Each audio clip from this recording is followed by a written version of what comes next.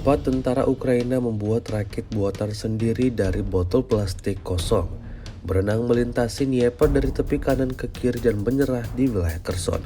Rekamannya ramai beredar di media sosial Telegram pada Senin 8 Juli 2024. Aksi berani sejumlah tentara Ukraina itu sayangnya terpantau oleh pasukan pengintai Rusia.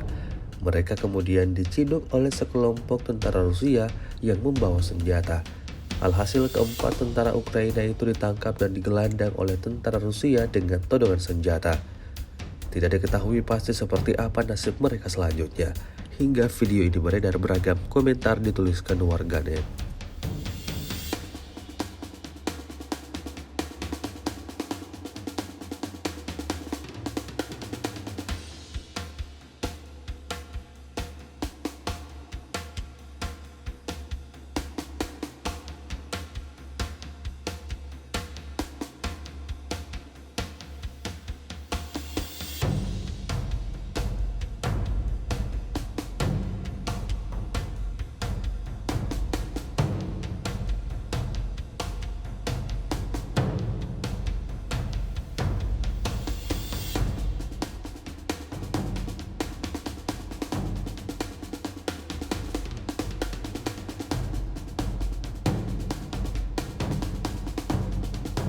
Download Tribun X sekarang, menghadirkan lokal menjadi Indonesia.